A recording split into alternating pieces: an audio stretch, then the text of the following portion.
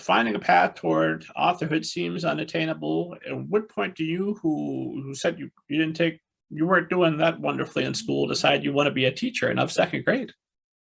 Um, well, I loved working with kids. And even when I was in high school, I would work in aftercare and like help, at the local elementary school to work with kids. So I always loved working with kids, and so when I was picking a career path, like I said, authorhood felt so out of reach for me that I thought, well, I also love working with kids, so I'm going to do that. And so I did do that. And I did that for a number of years and I loved it. I taught second grade in Atlanta and I worked with a primarily refugee population and I loved it. I ended up going to law school after that because I wanted to represent kids in the legal system who were having issues with access to education. Because as a teacher, I was seeing an issue with kids getting access to an education, and I wanted to do more about it.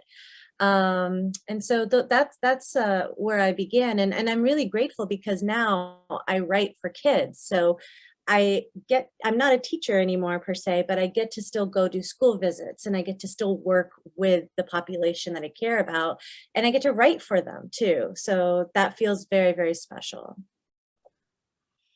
I have admiration in my heart for all teachers, but especially anybody that does third grade and under, because I substitute teach, so I've done every grade at some point or another. And if I go in and I know I'm going to deal with the junior high kids, it's going to be fine. They're probably going to say some silly things, and that's what adolescents do. But second grade, first grade, that's a full day. Those kids demand your full attention. If you're in study hall in the high school, you can sneak in some writing while everybody's doing their working, but second grade, that's not going to happen. Yeah, absolutely. I mean, I loved it. I felt like the hours would just fly by and it was, it just consumes all of you. I loved that so much, but didn't love the parent teacher conferences and all the bureaucracy and all of that. So now I get to do a school visit and spend all day with the kids and absorb and do writing workshops and talk about books. And then I don't have to do all the paperwork afterwards. So now I feel like I found the best possible scenario for me. Yeah. So you set up, and then when it's time to figure out the curriculum and deal with all of that nonsense, you're out of there. Yeah, exactly. Exactly.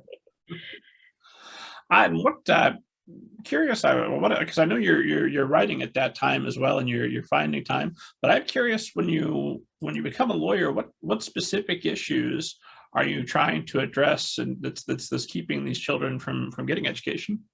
So I worked with kids with disabilities and chronic illness. And so I would have cases sometimes, and also like I had one kid who was in a wheelchair, and the school did not have a wheelchair ramp. Sometimes it's as simple as that. And they were home for months, not getting an education, getting some resource teachers coming here and there. And so sometimes, and those kind of things don't become protracted. That's literally just as a lawyer calling a school and they're like, whoops, uh-oh, like we got to do this right away. So sometimes it was as simple as that. Sometimes it was like a child who's undergoing cancer treatment and isn't able to focus. And so they need an individualized education plan put together for this particular time, and a 504 plan. Those are government, those are federal laws to protect kids who have special needs in the classroom. And so just, sometimes schools are backlogged. I get it. Schools are so backlogged. There's so much going on. They're understaffed, underpaid. And so sometimes it can take a long time for these needs to be met, but a kid needs those things addressed right away. And so they would reach out to Atlanta Legal Aid, and I was there as the education lawyer helping push those things through. It was really meaningful work. I really appreciate my time there. I didn't last too long. I only did it for a couple of years because even though I loved what I did, I'm not a very confrontational person, and it was very draining. I feel like I sort of burned out from it because it was just so draining and so much back and forth and fighting for things that I don't think that that's what I was kind of built for. And around the second year that I was working as a lawyer, I found out I was having my first son, And I realized I was at a crossroads because I'd always wanted to write, and I was writing on the weekends and, wherever I could find some time. But I realized once I became a parent, and let's say I was a full-time attorney and a parent, when was I going to write? How was I going to fit this in? And so at that point, I decided to take a leap of faith and say, I'm going to cut one of these so I can follow my dream. And so the first year, I decided to give 1 year to trying to see how this writing thing went and to give it everything I had. And so I quit law on a dream, basically.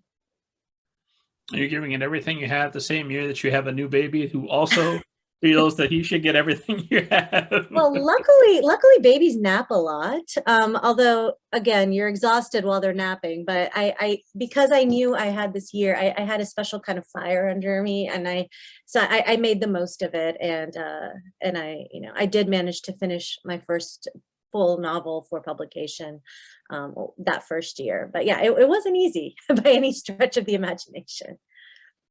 So, I mean, at that point, I know that you'd written a draft of Written in the Stars prior to that, right? Because you've been working on that while teaching.